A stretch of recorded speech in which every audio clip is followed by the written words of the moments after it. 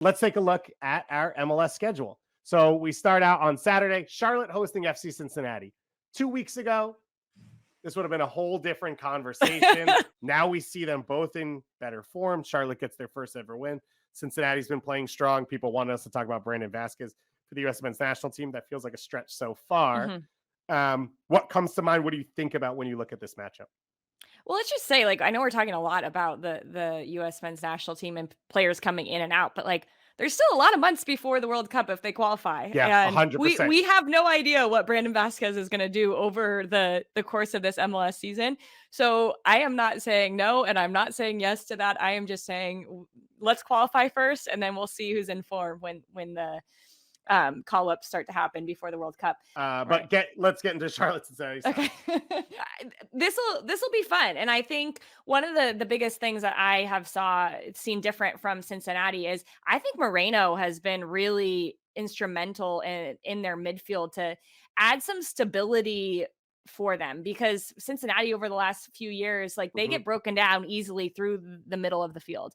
And he is a player who is not going to do anything fancy, but he breaks plays up, and he he sees when attacks are starting to progress, and he can just shuttle the ball out of bounds and let his team get back and behind. So I would say that it's going to be it might be a big game for him, just the way that we saw Charlotte play, using their number nines, those dual number nines coming into the midfield.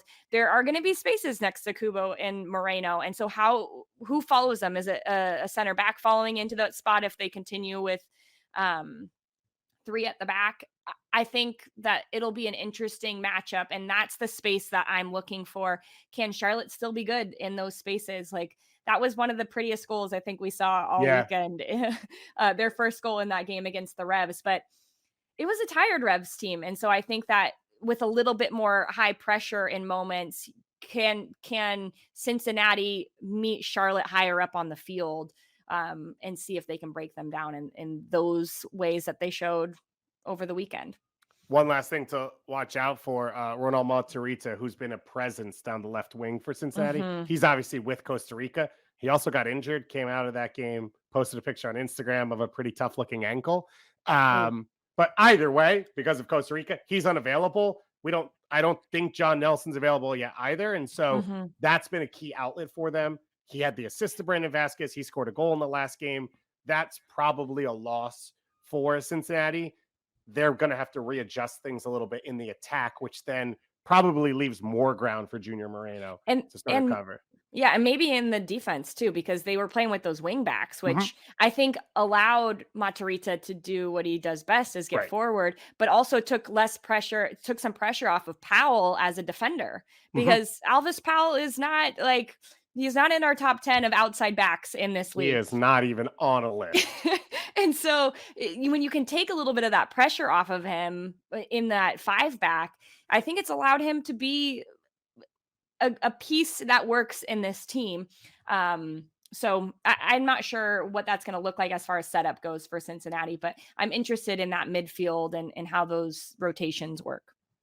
Next game on Saturday night, tomorrow, 7 p.m. Eastern time, Sporting KC hosting RSL. I mentioned Bobby Wood already, but he looks sharp. He looks comfortable. He looks confident. Aaron Herrera coming back. Everton Luiz back into the team.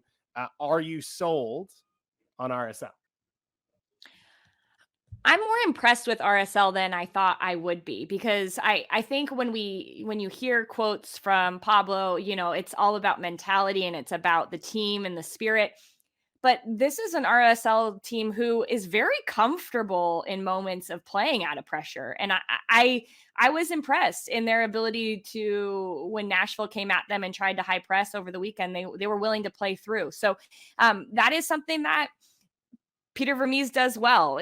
But that's the question. Is he going to play his 4-3-3, or is he going to stick with this with a new formation that we rarely ever see from him, a change in formation?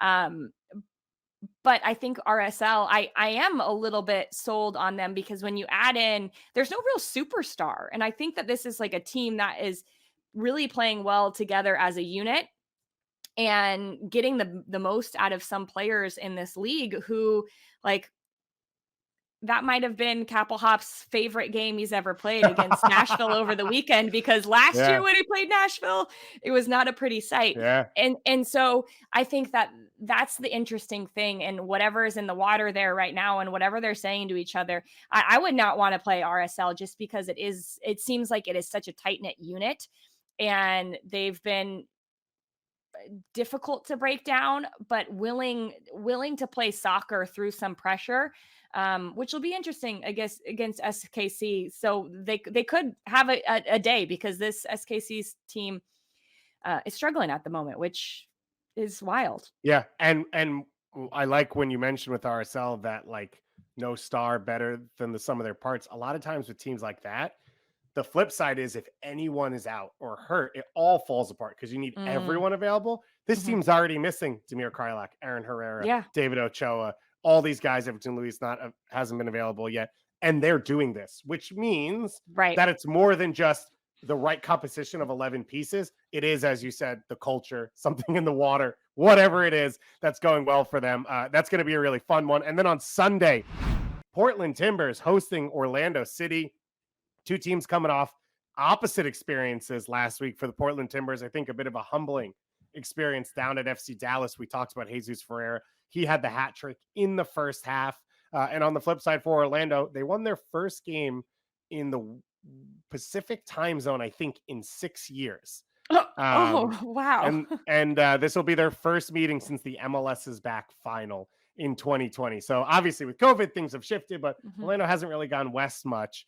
For me, the Portland Timbers, I thought the bright part of their early season was without Tuiloma and without Zuparic, who are older center backs, and the changing goalkeeper. I thought they held things well defensively, and they sat deep.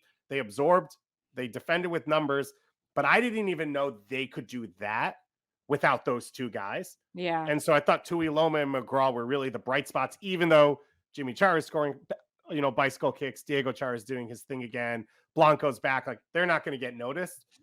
But you saw against Dallas, they opened up a little Mhm. and they got cut to pieces by Yeah. a really good possession movement team, but not a MLS Cup favorite.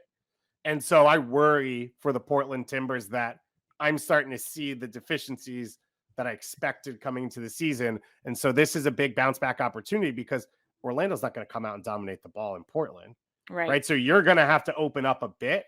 Can you stop them in transition the other way? I think is the key to me.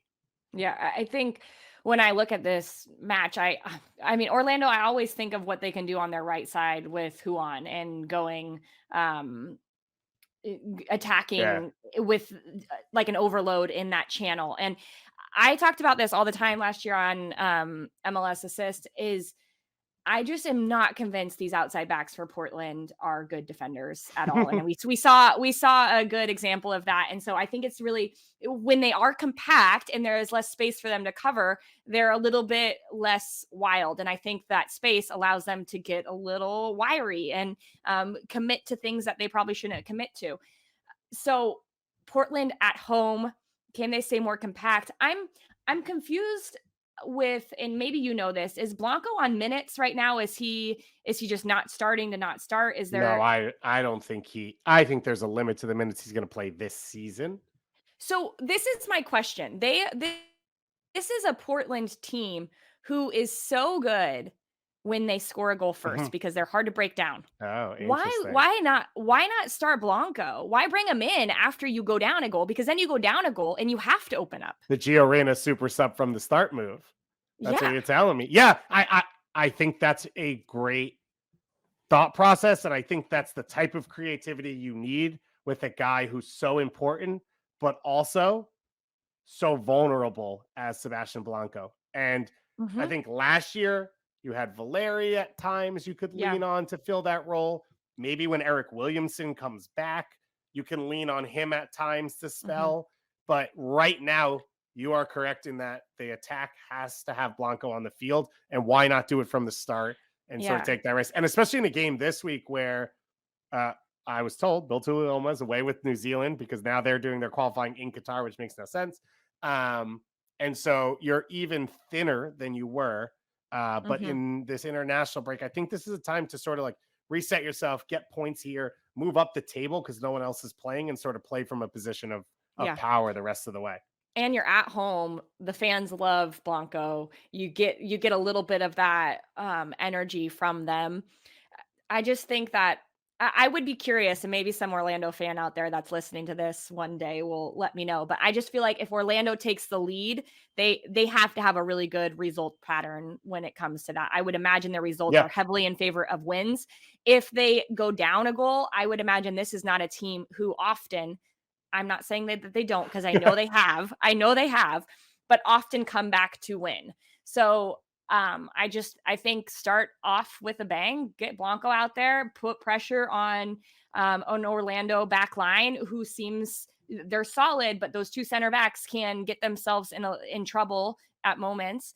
And so put pressure on Orlando right away.